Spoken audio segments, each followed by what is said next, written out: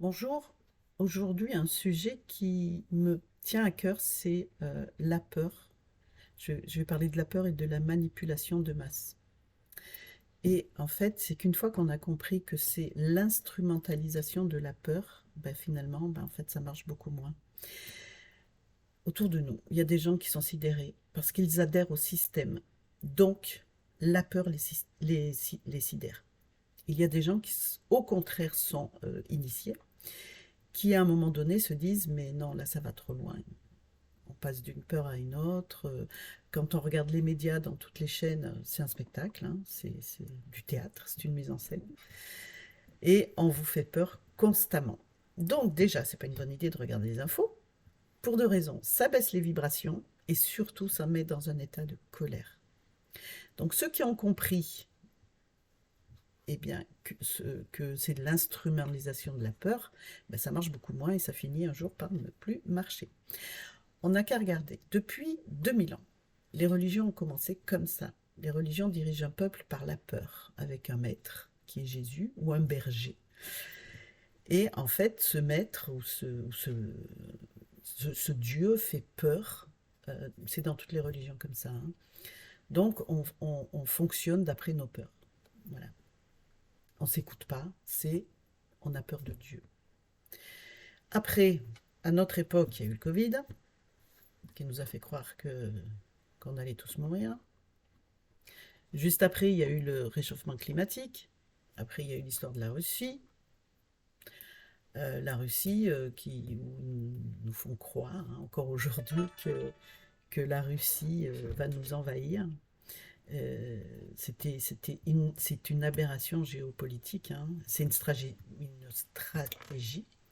Et vraiment, il faut être ignorant des réalités de ce genre, même. Mais en même temps, les gens qui regardent, ils n'ont aucune raison d'avoir une connaissance dans ce domaine-là, donc ils croient ce qu'on leur dit. Ça fait qu'ils passent d'une peur à une autre. Mais je ne pense pas que la majorité des gens croient que les Russes vont nous envahir, hein. Il y a effectivement, euh, ils arrivent à penser quand même que c'est impossible, hein. Enfin, moi, c'est ce que j'entends autour de moi, hein. Mais par contre, il y en a qui écoutent bêtement les infos et qui sont terrorisés parce qu'ils sont anxieux. Et malheureusement, ben, quand on regarde les infos, ça alimente la peur et l'anxiété, hein.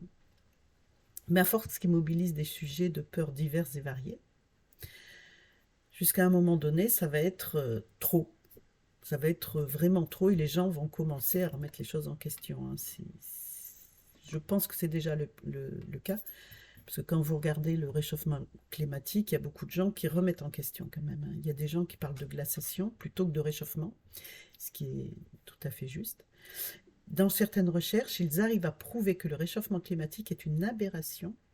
Scientifiquement, c'est scientifiquement prouvé, hein. Et malheureusement, les médias ne veulent pas diffuser cette vérité. Donc, à force d'agiter un tas de chiffres rouges, il y a des gens qui sont sidérés.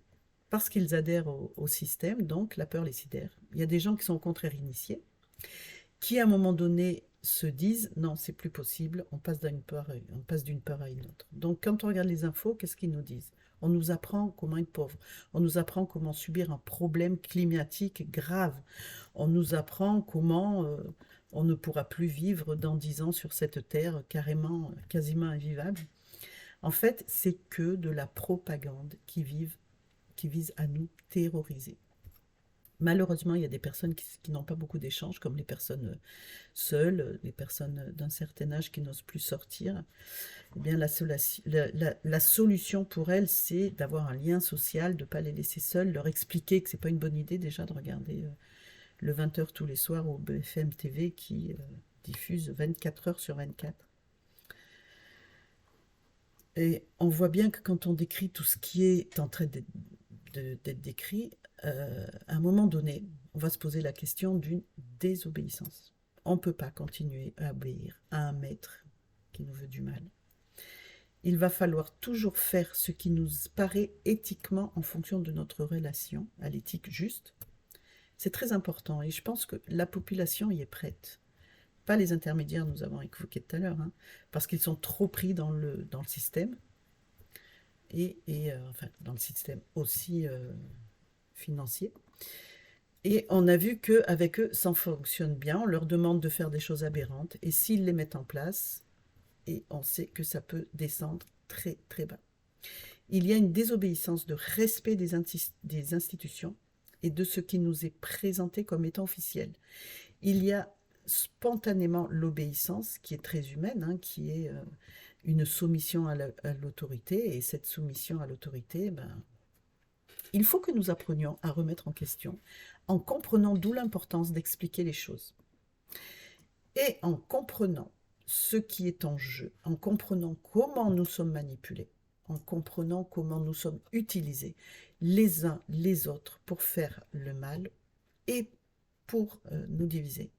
Et à un moment donné, quand on comprendra tout ça, on va sortir de là. Et quand on va sortir de là, eh bien, ça ne fonctionnera plus. Eh bien, ils seront obligés d'arrêter. À bientôt!